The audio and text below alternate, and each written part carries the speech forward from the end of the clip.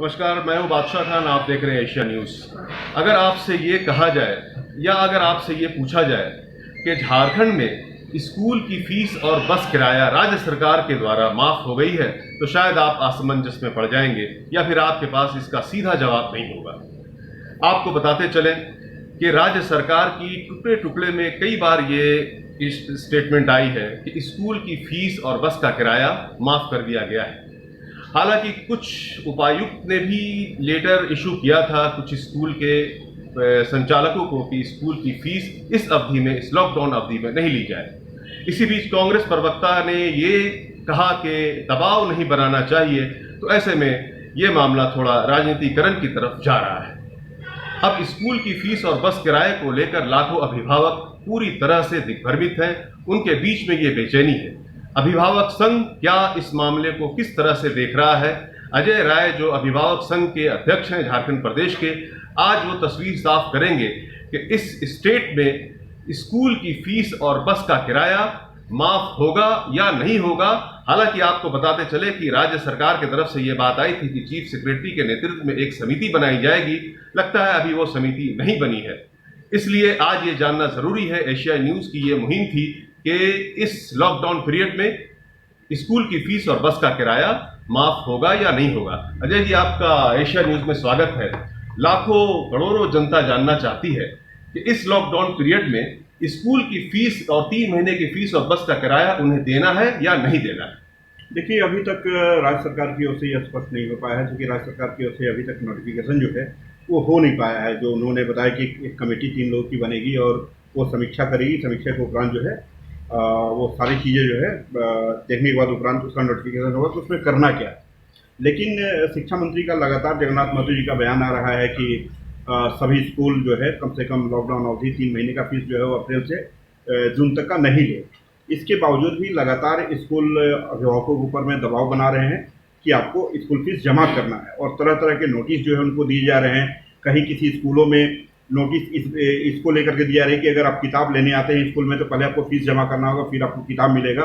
इन सारी चीज़ों से हमने आज भी मुख्यमंत्री हेमंत सोरेन जी को ट्विटर के माध्यम से यह अवगत कराया है, और उससे पहले भी हमने मुख्यमंत्री, शिक्षा मंत्री और साथ में हमारे जो HRD मिनिस्टर है रमेश पोखरियाल जी को भी हम लोगों ने इन सारी चीज़ों से अवगत कराया है कि कम से कम एक स्पष्ट आदेश अगर HRD मिनिस्टर केंद्र लेवल पर अगर निकालता है तो सभी राज्यों के लिए एक स्पष्ट आदेश निकले कि उसमें करना क्या है। 3 महीने का फीस आप माफ कर रहे हैं, या दिल्ली सरकार जिस तरीके से की कि वहाँ पर एनुअल फी और जो एक्स्ट्रा करिकुलम का जो पैसा लगता है वो स्कूल नहीं लेंगे और किसी तरह का कोई फीस नहीं बढ़ाएंगे, और उस पर वो काम कर भी रहे हैं।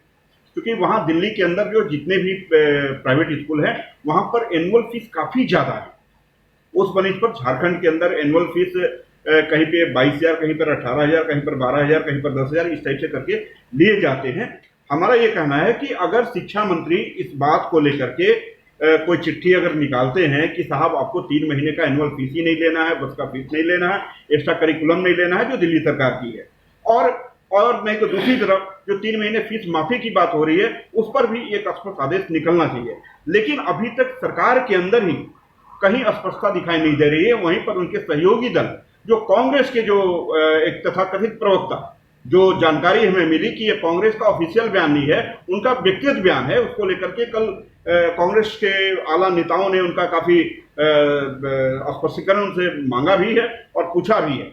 अब रिटेन में हुआ कि नहीं हुआ ये हमें मालूम नहीं, लेकिन कांग्रेस के वरिष्ठ नेताओं द्वारा यह सूचना हमें दी गई। हमारा ये कहना है कि हम लोग एक अभिभावक, क्योंकि अगर मान ले मैं सक्षम हूं, हम फीस जमा कर सकते हैं और जमा करना भी चाहिए। लेकिन जो अभिभावक सही मायने में इस लॉकडाउन अवधि में जिनका पूरा घर परिवार एक तरीके से सड़क पर आ गया, वो घर के अंदर पूरी तरह बंद है, ना वो बाहर में धंधा कर सकते हैं, ना दुकान खोल सकते हैं, ना व्यवसाय कर सकते हैं, ना फैक्ट्री चला सकते हैं, ना कोई उद्योग चला सकते हैं, ना कहीं कोई काम कर सकते हैं। कंप्लीट वो घर में लॉकडाउन है और उनके मतलब परिवार के अंदर एक ही मेंबर कमाने वाला है। अब सोचिए वो फीस कैसे जमा करेगा? वो घर परिवार को चलाने को लेकर के वो काम करेगा, न कि फीस जमा करेगा। लेकिन इसी बीच में जिस तरीके से स्कूल दबाव बना रहा है, अब उनके सामने स्थिति वही हो गई कि जिस तरीके से महाराष्ट्र में, मध्य प्रदेश में किसान आत्महत्या कर रहे थे आर्थिक अभाव के कारण, आज स्थिति उनके सामने भी वही उत्पन्न हो गई है कि कहीं ऐसा भी ना हो कि वो आत्महत्या करने पर मजबूर हो। जिस तरीके से स्कूल टॉर्चर कर रहा है कि आपको फीस जमा करना है तभी किताब मिलेगा, तभी आपकी ऑनलाइन पढ़ाई भी होगी। आप सोचिए इस परिस्थिति में करेगा क्या लोग? या तो घर बेचेगा, घर के जेवर बेचेंगे, और नहीं तो आत्महत्या करेंगे। उनके सामने इसके अलावा कहीं कोई है ही नहीं।